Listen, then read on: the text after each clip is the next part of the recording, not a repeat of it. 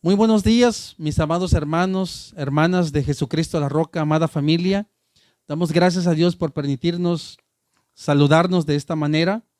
Gracias a Dios por esta oportunidad. Y después de haber alabado, adorado a nuestro Dios por medio de las alabanzas, ¿qué les parece si en esta hora oramos para entrar a meditar en la palabra del Señor? Oremos. Señor, muchas gracias por la vida. Gracias por la oportunidad que nos das de estar delante de ti. Padre, bendito sea tu nombre. Señor, nos dirigimos a ti porque deseamos meditar en tu palabra, Señor. Deseamos que tú trates con nosotros y en nosotros, Señor, a través de tu palabra. Dirígenos en esta hora, Padre. Ensancha nuestra mente, nuestro corazón. Y, Señor, ayúdanos a estar dispuestos a recibir lo que tú tienes para nosotros. De tal manera, Padre, que cada día nos parezcamos más a ti. Señor, en tus manos encomendamos este tiempo para tu gloria y tu honra. En el dulce nombre de Cristo Jesús. Amén. Muy bien, mis amados hermanos, poco a poco estamos avanzando en este maravilloso libro de los Hechos y hoy vamos a entrar al capítulo 9. Vamos a meditar del versículo 1 al versículo 9. Capítulo 9 del versículo 1 al versículo 9 de Hechos. Y lo que tenemos aquí es la conversión de Saulo. Yo sé que posiblemente en su Biblia diga ahí como título del capítulo, la conversión de Saulo. Y yo no sé si de pronto ustedes han leído el libro de Hechos y de pronto lees tres versiones de la conversión de Saulo. Lucas, el doctor Lucas, escribe este maravilloso hecho en tres ocasiones. Y Saulo narra su conversión en el libro de los Hechos por lo menos unas 3 veces ante 3 diferentes audiencias. Mis amados hermanos, hermanas, de este tamaño es la importancia que Dios quiere darle en este momento a la vida de Saulo, de Pablo más adelante. Pablo va a escribir prácticamente a la mitad del Nuevo Testamento. Pablo va a influir de manera abrumadora en la vida de los primeros creyentes, pero no solo de la primera época, sino 2000 años después lo sigue haciendo con nosotros, de tal manera que el día de hoy muchas veces nosotros estamos estudiando o estamos leyendo alguna de las cartas de Pablo. Ahora bien, hay dos cosas sumamente importantes que los seres humanos necesitamos siempre. Dos cosas muy importantes. La primera es identidad. La segunda es propósito. Todos necesitamos saber quiénes somos y todos necesitamos tener una meta en la vida. Y muchos erradamente creen que son alguien con un título académico. Al obtener un título académico ya se sienten o se creen alguien.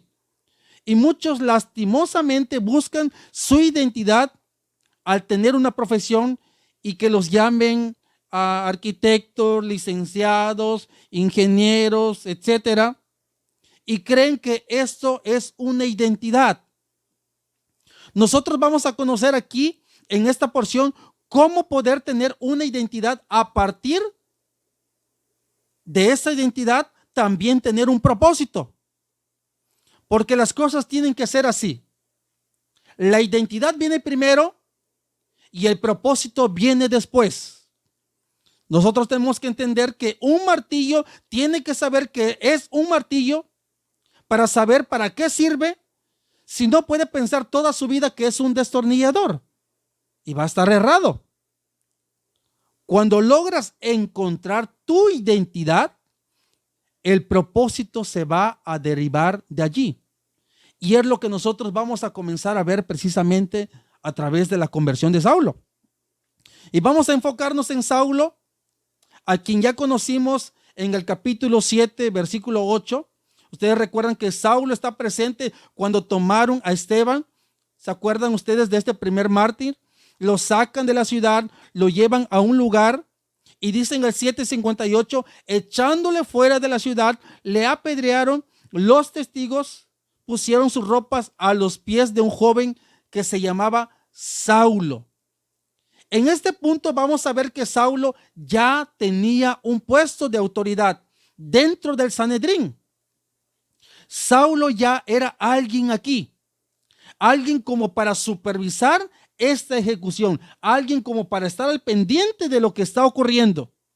Por eso ponen a sus pies todas las ropas, los que van a apedrear. No es uno más de la multitud, sino es alguien especial. Y en el capítulo 8, versículo 1, dice que y Saulo consentía en su muerte, en la muerte de Esteban.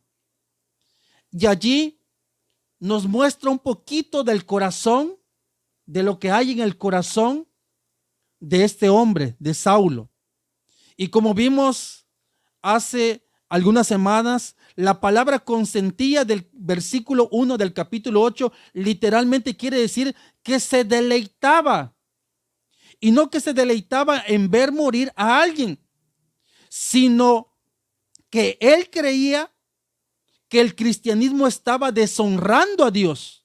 Por tanto, matar a alguien que estaba deshonrando a Dios, lo deleitaba. Deleitaba esto a Saulo.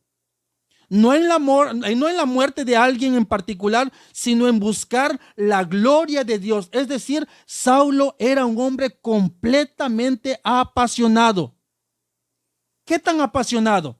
Fíjate lo que sucede en el capítulo 9, versículo 1 de Hechos. Saulo dice, respirando aún amenazas y muerte contra los discípulos del Señor, vino al sumo sacerdote, versículo 2, y le pidió cartas para las sinagogas de Damasco, a fin de que si hallase algunos hombres o mujeres de este camino, los trajese preso a Jerusalén. Lo primero que tenemos que ver aquí es por qué se refiere a los de este camino. Se está refiriendo al cristianismo. En la época en la primera época, así se les llamaba a los primeros cristianos, los del camino. No se sabe muy bien por qué. Puede ser la razón fundamental por lo que anunciaban en ese tiempo a los primeros cristianos, a Cristo como el camino, la verdad y la vida. Entonces probablemente por eso se les decía a los cristianos los del camino. Entonces Pablo dice que está respirando aún amenazas y muerte contra los discípulos del Señor. ¿Ustedes pueden imaginarse eso, mis amados hermanos? La descripción de respirar. La pregunta es, ¿tú qué respiras? ¿Tomas aire de Dios? Pero, ¿qué sale? ¿Para qué usas el aire que Dios te ha dado? Saulo lo utilizaba para respirar amenazas y muerte contra los discípulos de Cristo. Es decir, haz de cuenta que Saulo está respirando y cuando saca aire está amenazando a los discípulos de Cristo, a los seguidores de Cristo. ¿Por qué? Porque Saulo creía que el cristianismo era una herejía, era una falsa enseñanza, una deshonra al Dios verdadero. En este punto, Saulo creía que estaba haciendo lo correcto. Más adelante, Saulo va a dar su propio testimonio y lo vamos a ver en Gálatas. Fíjese, tome su Biblia en Gálatas capítulo 1. Gálatas capítulo 1, versículo 13.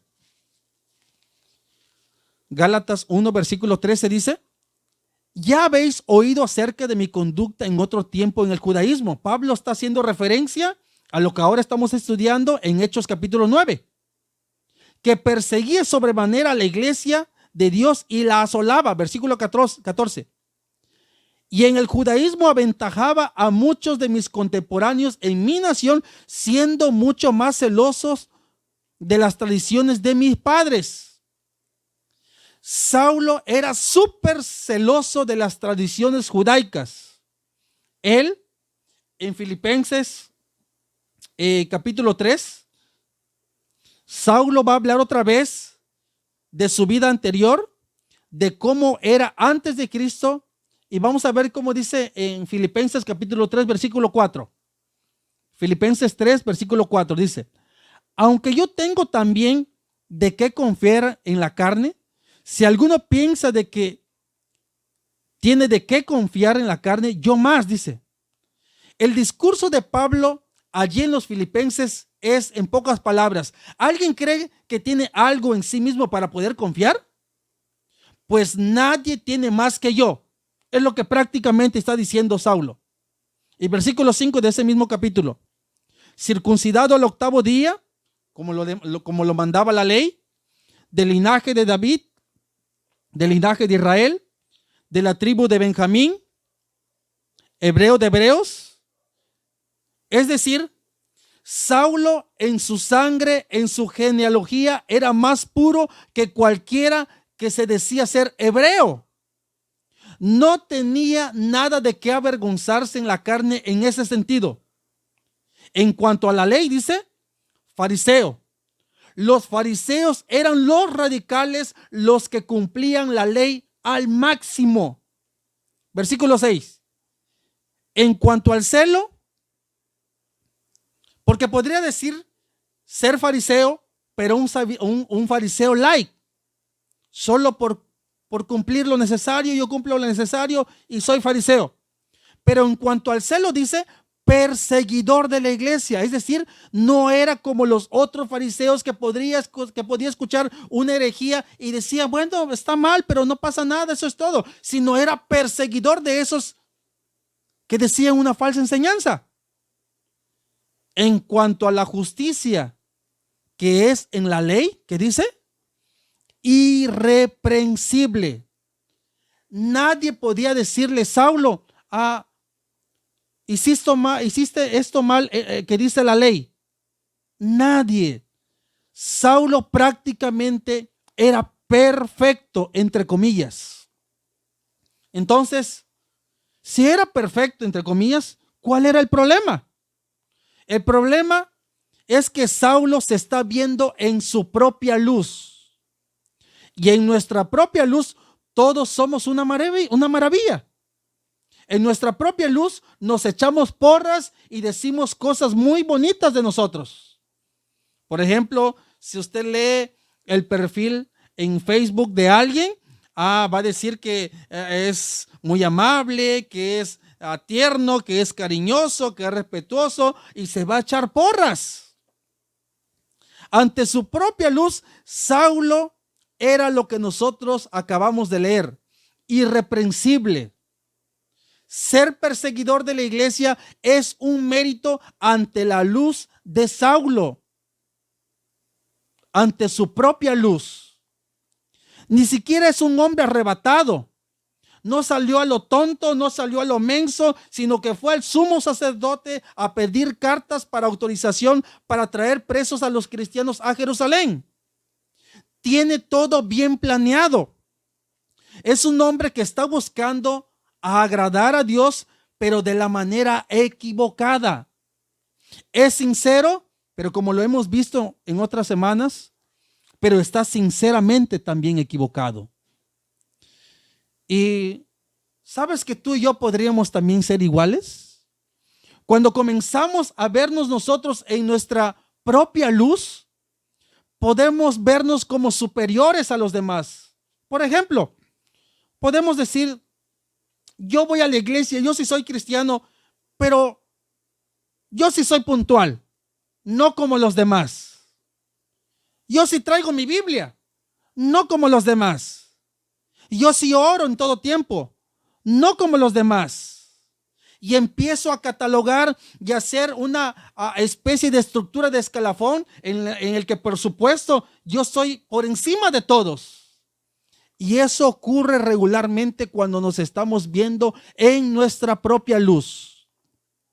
Cuando me veo en mi propia luz, corro siempre el riesgo de verme demasiado bien, porque la luz que me ilumina es mi propia luz, y Saulo, haciendo eso, ha entrado en este camino que él no lo sabe, pero está realmente contra la voluntad de Dios, así como muchos de nosotros estamos supuestamente en lo correcto, supuestamente en lo perfecto, porque nos estamos viendo desde la perspectiva de nuestra propia luz, pero realmente estamos en contra de la voluntad de Dios. Ahora, vamos a ver qué le sucedió, porque hay un cambio de luz. Ocurre un cambio de luz. Él se ve a sí mismo como haciendo lo correcto. Voy a aniquilar a la iglesia, voy a aniquilar a estos herejes, porque según él quiere agradar a Dios y él cree que está haciendo lo correcto, se está viendo en su propia luz. Y dice el versículo 3: mas yendo por el camino, déjenme le digo, mis amados hermanos, que Damasco está alrededor de 6 días de viaje. Fíjense la pasión de Saulo por exterminar al cristianismo, porque esto está a unos 200 kilómetros aproximadamente de Jerusalén a Damasco. Y continúa diciendo: aconteció que al llegar cerca de Damasco, no había llegado a Damasco, repentinamente le rodeó un resplandor de luz del cielo. Versículo 4: y cayendo en tierra oyó una voz que le decía: Saulo, Saulo, ¿por qué me persigues? Cuando aparece esta nueva luz, que es la luz verdadera, no es la propia, no es la suya, no es la de Saulo, es una luz del cielo que lo rodea y le permite ver otras cosas que él no puede ver. Queda en evidencia lo que realmente es. ¿Y sabes? Dios sabe quién realmente es Saulo. ¿Cuántas veces tú y yo somos sinceros, pero estamos equivocados? Pero Dios no se equivoca. A la luz de Saulo, él está en lo correcto. Pero a la luz de Dios, Saulo queda desnudo y Dios le dice: Saulo, Saulo. ¿Y saben por qué lo dice? Porque realmente Dios conocía muy bien a Saulo. Cuando le dice Saulo, Saulo, lo que prácticamente el Señor le está diciendo: yo sé quién eres, yo te conozco. Es como si me dijera el Señor: Edgar, Edgar, Edgar, yo sé quién tú eres, quién eres, yo te conozco. Entonces se le acerca a Dios y le dice: yo sé quién eres, Saulo, Saulo, sé qué haces. Estás persiguiendo a la iglesia. Entonces el Señor le dice: ¿por qué me persigues? ¿Sabes? Tú y yo necesitamos reconocer que Dios nos conoce, que sabe quiénes somos, sabe lo que hiciste anoche, sabe lo que hiciste esta mañana, sabe lo que tienes planeado hacer. Dios sabe todos los pecados que tú has hecho y que vienes arrastrando y que no puedes dejar. Dios lo sabe todo. Lo increíble de esto es que Dios no te destruye, así como no destruyó a Saulo. Esta luz no despedaza a Saulo, sino que lo rodea. Más bien, esta luz está queriendo rescatar. Y fíjense lo que dice en el versículo 5: porque una vez más aparece esta luz y puede decir: Dios ya me conoce, yo sé que Él ya sabe quién soy. Ahora Saulo tiene que ver quién es Cristo, porque él pensaba que era alguien, pero ahora ante esta nueva luz tienen que entender quién es verdaderamente Cristo. Y fíjate lo que sucede en el versículo 5. Él dijo: ¿quién eres, Señor? Y le dijo: yo soy Jesús a quien tú persigues. Dura cosa te es dar coces contra el aguijón. Él, es decir, Saulo, temblando y temeroso, dijo: Señor, ¿qué quieres que yo haga? Y el Señor le dijo: levántate y entra en la ciudad y se te dirá lo que tienes que hacer. En este instante en que Saulo es derribado, sabe que está hablando con Dios. Cuando dice: ¿quién eres, Señor?, la palabra Señor es la palabra que se utiliza para Dios. Cuando está preguntando ¿quién eres?, no solamente quiere saber el nombre de quien le está hablando, sino quiere conocer un poquito más allá de la persona de quien le está hablando. Y la respuesta es simple: yo soy Jesús. Y Saulo no tiene duda. Saulo no pregunta, ¿cuál Jesús? ¿Sabe Saulo cuál Jesús es el que le está hablando? Yo soy Jesús a quien tú persigues. Porque cuando persigues a la iglesia, estás persiguiendo a Dios. Porque nosotros los creyentes somos el cuerpo de Cristo. Y ojo, cuando hablas mal de la iglesia, cuando hablas mal de un hermano o de una hermana, estás hablando mal de Dios. Y esto es algo muy serio y muy importante que nosotros tomemos en cuenta y que nosotros consideremos. Antes que salga una palabra de nuestra boca para hablar en contra de alguien de la iglesia, mejor piénsalo muy bien, porque estarás hablando de Dios mismo. Y es lo que le está diciendo el Señor. Y la frase que sigue es: dura cosa te es dar coces contra el aguijón. Esa frase lo que nos muestra es que Saulo en su corazón ya lo sabía. El aguijón es una especie como de vara que tenía en la punta algo puntiagudo, de modo que con ese aguijón tú puedes arrear o puedes guiar al toro que lleva el arado. Algunos de esos toros, cuando son necios y en vez de avanzar, patean. Entonces dan coces contra el aguijón. Entonces lo que Dios le está diciendo a Saulo es: Saulo, llevo meses tratando de dirigirte, llevo meses tratando de corregirte y tú no te dejas. Eres un necio. Es decir, lo que Dios quiere hacer con Saulo no es aniquilarlo, sino corregirlo, usarlo, pero él es necio pateando contra el aguijón. Esta vara puntiaguda que le produce dolor, realmente le produce dolor porque Saulo es un necio. Tal vez en este momento Saulo se acuerda de su maestro. ¿Ustedes recuerdan quién era su maestro o quién fue su maestro? Gamaliel. ¿Recuerdan ustedes el discurso de Gamaliel? Gamaliel, recuerdan, dice: dejémoslo. No vaya a ser que se encuentre peleando contra Dios. ¿Recuerdan ustedes esta escena?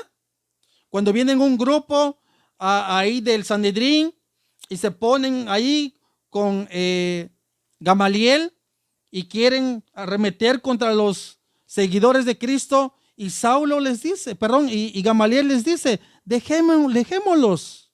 No vayan a hacer que nos encontremos o que se encuentren ustedes peleando contra Dios, porque si no es de Dios se va a acabar, pero si es de Dios va a permanecer. Pero no vaya a ser que se encuentren peleando contra Dios.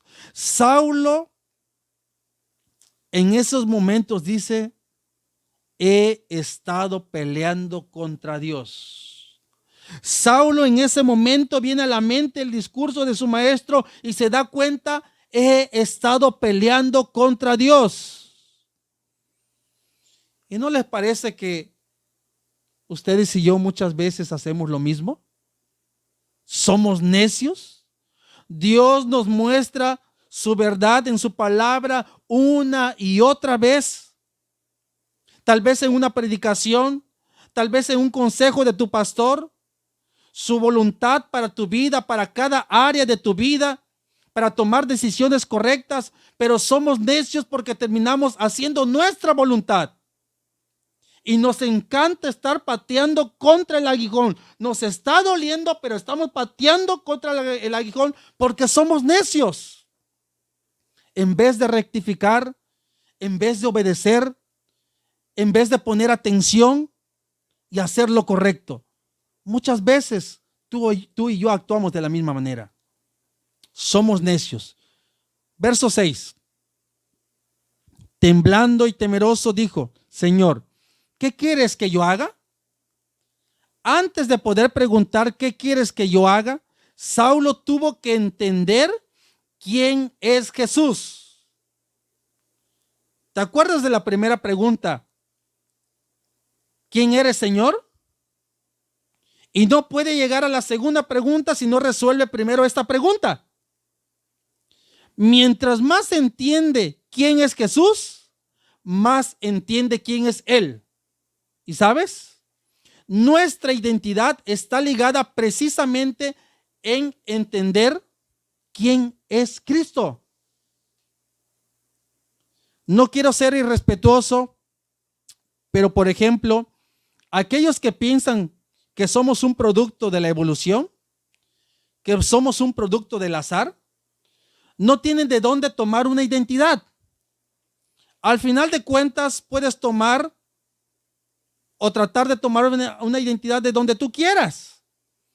Puede ser una amiba, puede ser un gato, y da lo mismo, porque el resultado es al azar. Por eso tenemos un mundo desconcertado, muy desconcertado, depravado, porque buscando su identidad agarran lo que caiga y como consecuencia viven como les da la gana. Y esto es porque es un mundo caído, estamos en un mundo caído. Pero cuando entiendes que Cristo es el Señor, todo cobra lugar. Por eso Jesús en Mateo capítulo 16 versículo 13, tome su Biblia, Mateo capítulo 16 versículo 13, dice: viniendo Jesús, a la región de Cesarea de Filipo, preguntó a sus discípulos diciendo: ¿quién dicen los hombres que es el Hijo del Hombre? Básicamente, Jesús está diciendo para la gente: ¿quién soy? Versículo 14. Ellos dijeron, unos Juan el Bautista, otros Elías y otros Jeremías o algunos de los profetas. Versículo 15. Él les dijo: ¿y vosotros quién decís que soy? Versículo 16. Respondiendo Simón Pedro dijo: tú eres el Cristo, el Hijo del Dios viviente. Pedro va a tener muchos problemas todavía, muchas cosas que aprender. Se va a equivocar tantas veces, va a tropezar tantas veces. Ustedes conocen a Pedro, que es un impulsivo, pero sabe lo principal. Lo principal ya lo tiene. Sabe quién es Jesús. Y la respuesta de Jesús es muy clara.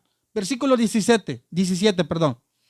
Entonces le respondió Jesús: bienaventurado eres Simón, hijo de Jonás, porque no te lo reveló carne ni sangre, sino mi Padre que está en los cielos. Versículo 18. Y yo también te digo que tú eres Pedro, y sobre esta roca edificaré mi iglesia, y las puertas del Hades no prevalecerán contra ella. Es decir, la identidad de Pedro viene después de haber entendido quién es Cristo. Y a ti y a mí nos pasa igual. ¿No te pasa que antes de Cristo eras completamente inseguro? ¿Tenías que estar a la moda?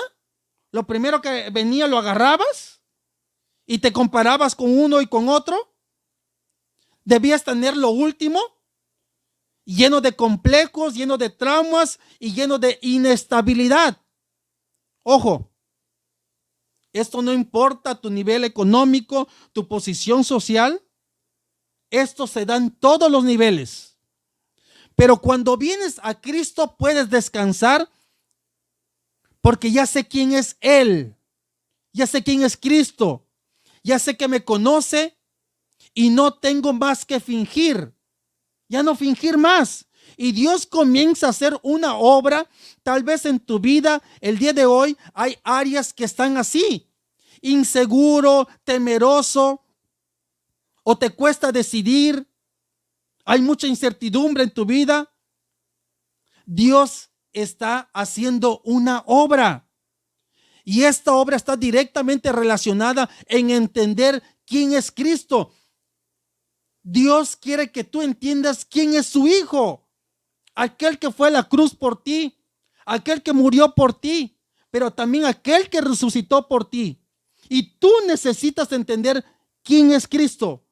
Por eso tal vez tienes mucha incertidumbre, mucho temor y agarras un poquito de aquí y un poquito de allá y no tienes estabilidad. Porque tal vez estás en este camino de entender quién es Cristo. Recuerda, es un asunto de no solo conocer el nombre de Jesús, sino de profundizar en ese conocer, de relacionarte con Cristo. Muchas veces hemos escuchado, necesitamos crecer en fe, necesitamos aumentar nuestra fe. Bueno, déjame te digo qué quiere decir eso de crecer en fe o aumentar en fe. Crecer en fe o aumentar en fe tiene que ver en que tu relación con Dios sea cada día más perfecta. Crece en tu relación con Dios, porque cuando creces en tu relación con Dios, estás creciendo en fe, porque le conoces cada día más a Él. Pablo, a partir de aquí, va a pasar toda su vida descubriendo quién es Jesús y no termina. Desde que tú y yo hemos entregado nuestra vida a Cristo, hemos pasado todo el tiempo tratando de descubrir quién es Él. Y te digo una cosa, mientras más le conoces, más entero o más entera tú estás como persona. Más íntegro, más íntegra tú estás como persona. Más completo estás como hombre o como mujer. Mientras más le conoces, hay más paz en ti. Tu identidad está firmada, tu identidad es hecha. Ya no tienes que divagar más. Ya no tienes que agarrar un poquito de aquí y un poquito de allá. No es más así, porque tu identidad se está dando a conocer por medio de Cristo, porque cuando más conoces a Cristo, más te conoces a ti mismo. Recuerda que fuimos creados a imagen y semejanza de Dios. Así es que ya no estás buscando o despistado como adolescente, ya sabes a dónde vas. Entonces, cuando entiendes tu identidad en quién es Jesús, entonces puedes preguntar, ¿qué quieres que yo haga? Mientras tú no entiendas quién es Jesús, mientras tú no tengas una identidad y mientras tú no tengas un propósito en Cristo, jamás vas a poder preguntar, Señor, ¿qué quieres que yo haga? Y aquí viene el propósito.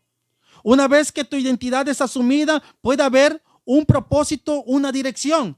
¿Qué quieres que yo haga? Nota lo interesante de esta pregunta, porque muchos cuando tienen su encuentro personal con Cristo, no hacen esta pregunta. Más bien le dicen al Señor lo que tiene que hacer. Por ejemplo, Señor, ya sé que me encontraste. Dime cómo salir de este problema. Sáname de esta enfermedad. Dame de tu paz. Haz esto, haz lo otro. Y prácticamente, en vez de preguntarle, Señor, ¿qué quieres que tú y yo haga? Nosotros le estamos diciendo a Cristo qué es lo que tiene que hacer. Y esto es una gran equivocación. Pero Saulo está narrando su encuentro con el Señor y dice que está temblando y le pregunta, ¿qué quieres, Señor, que yo haga? Porque Saulo se está dando cuenta que está ante el Rey de Reyes y Señor de Señores, ante el Creador del cielo, de la tierra, del universo y todo por cuanto existe. Entonces está tambaleando y en ese tambaleo dice, Señor, ¿qué quieres que yo haga? Pero esto ocurre solamente cuando has entendido quién es Él. Porque cuando has entendido quién es Él, vas a saber delante de quién estás. Ya Saulo no está pensando en lo que él quiere, sino en conocer a Cristo. Y cuando preguntas esto, el Señor te indica lo que tú debes de hacer.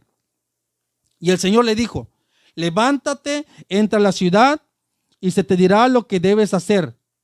El Señor le da el paso número 1.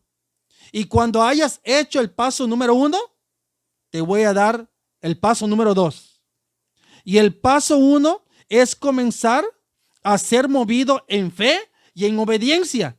Ya no más por impulsos, sino por fe en lo que dice mi Señor. Y es lo que ustedes y yo tenemos que aprender. ¿Ya llegamos a los pies de Cristo? Bueno, ahora nos toca a entender que necesitamos ser movidos en fe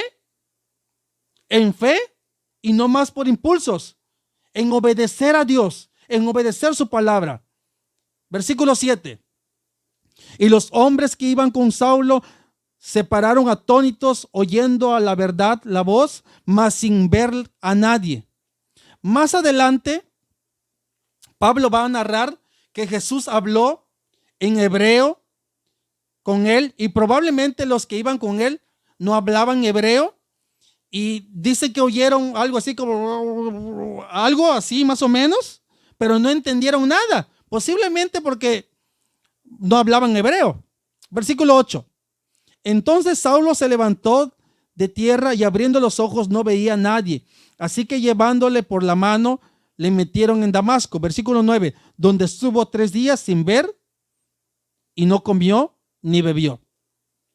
Entonces vimos acá a Saulo en su propia luz. Él se consideraba perfecto, lo mejor.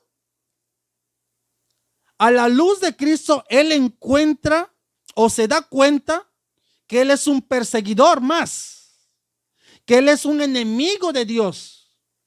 Y luego ve a Cristo en su luz y dice: Él es el Señor. Yo no le voy a decir lo que tiene que hacer, sino más bien le pregunto: ¿qué tengo que hacer, Señor? Yo le voy a decir que, Señor, ¿qué quieres que yo haga? Entonces aquí entiende su identidad en Cristo, sabe quién es verdaderamente y luego obtiene un propósito. Y cuando sabe cuál es su propósito, comienza a conocer lo que Dios quiere para él. ¿Qué quiere Dios para él? Que viva conforme a su diseño. Y sabe una cosa, ¿te has preguntado qué quiere Dios para ti? Que vivamos conforme al diseño de Dios. Si ya el Señor te rodeó con su luz, ya se mostró ante ti, tú ya lo conoces a Él, entonces debes de entender que Él quiere que tú vivas conforme a su diseño. El diseño que Él creó para ser esposo, para ser esposa, para ser papá, para ser mamá. El diseño para ser un hermano o una hermana no es más como tú piensas o como tú crees o como te ha enseñado la vida, sino como Dios quiere. Y entonces comienzas a vivir conforme a ese diseño y te das cuenta de que tu vida ahora sí tiene un propósito. Porque todo ello se resume en que tu vida, en todas las áreas en que tú puedas estar o vivir, sea para la gloria y para la honra de Dios. Así es que yo no sé si tienes bien definida tu identidad o bien andas agarrando todavía de donde caiga. Si no es así, te invito a que te dejes rodear por la luz de Cristo y permitas que Él te diga quién eres tú. Permite que Él te lo diga. Permite que Él te revele realmente tu condición. Que quizás tú te crees que eres perfecto, pero deja que el Señor te diga tu condición. Posterior a ello, en automático conocerás el propósito para tu vida. Ya no andes más en tu propia luz. Deja que la luz de Cristo te rodee y guíe tu camino. Y quizás ya eres un cristiano ya de mucho tiempo en la iglesia, tal vez ya conoces muchas cosas de la Biblia, muchas cosas de liturgia, pero aún andas en tu propia luz. Deja que el Señor te ilumine. Deja que el Señor te diga quién eres tú. Deja que el Señor te diga qué tú necesitas. Entonces entenderás quién eres y entenderás cuál es tu propósito de vida. Mi amado hermano, mi amada hermana, y si tú ya lo has entendido, entonces glorifica a Dios con tu vida. ¿Qué te parece si oramos? Padre, muchas gracias por tu palabra. Muchas gracias porque nos permites meditar en ella. Señor, aquí estamos delante de ti. Perdónanos, Padre, si aún somos necios, Señor, andando en nuestra propia luz, creyendo en que estamos haciendo lo correcto. Pero, Señor, aquí estamos delante de ti porque queremos que sea tu luz la que nos ilumine y nos rodee y nos diga realmente quiénes somos. Y eso lo necesitamos todos los días, Señor. Muéstranos quiénes somos. Corrige lo que tengas que corregir. Cambia lo que tengas que cambiar. Dinos realmente quiénes somos, Señor. Permítenos conocerte cada día más, Padre. Crecer en fe en nuestra relación contigo, Señor. Y a partir de ello, tener nuestro propósito de vida. Y todo, Padre, para tu gloria y para tu honra. Muchísimas gracias, Señor, por ese tiempo. Te adoramos y te bendecimos con todo nuestro ser. Por los méritos de tu Hijo amado, nuestro Señor y Salvador Jesucristo. Amén. Muy bien, mis amados hermanos, amada Iglesia Jesucristo la Roca, doy gracias a Dios por la vida de cada uno de ustedes. Gracias por estar juntos en este tiempo meditando la palabra del Señor. Que el Señor les bendiga grandemente. Reciban un enorme abrazo y ojalá pronto podamos estar juntos para poder ya interactuar, para poder convivir. Les amo en el nombre del Señor. Dios les bendiga y nos vemos pronto.